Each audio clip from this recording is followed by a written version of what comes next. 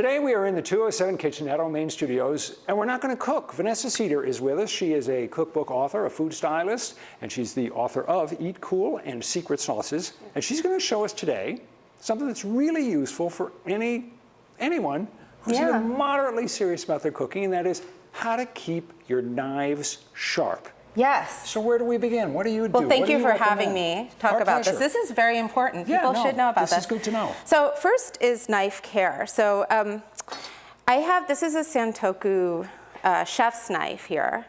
And what I usually do is if it needs sharpening, I'll do a test like on paper, or you can use a tomato.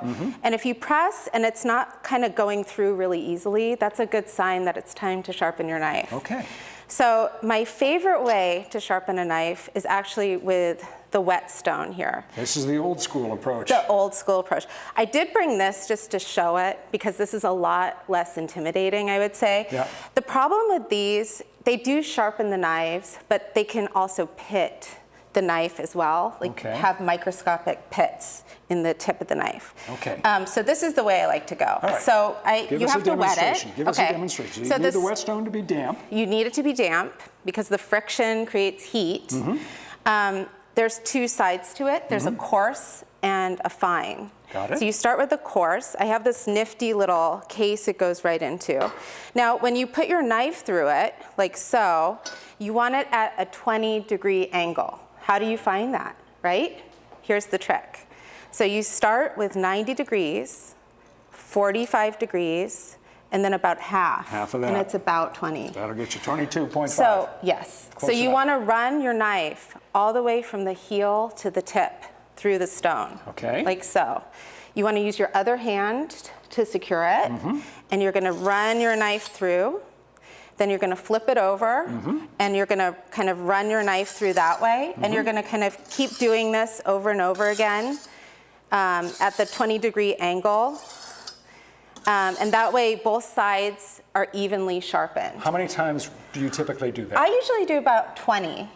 And if people are a little intimidated by this, is there any way that they can damage the knife? Well, as long as this is wet, and you're at a roughly about 20-degree angle, that's about it. Okay. And you just want to kind of run your knife through, like so. Okay. So, and then after about 20 times, you flip it. You can do a test too. You can feel it, or you can put it against that tomato, and it goes through a lot more easily now. Yes, yes. See how easily it went through? Yeah, right through. Yeah, so now you're going to just kind of run it through the fine side, like so. Okay.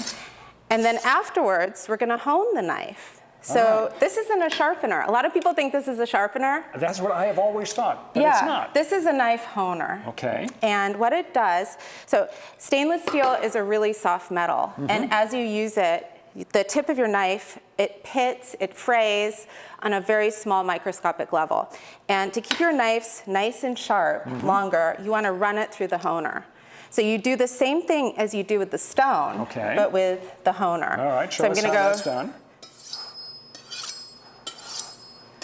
Again, at about a 20-degree angle. 20-degree angle.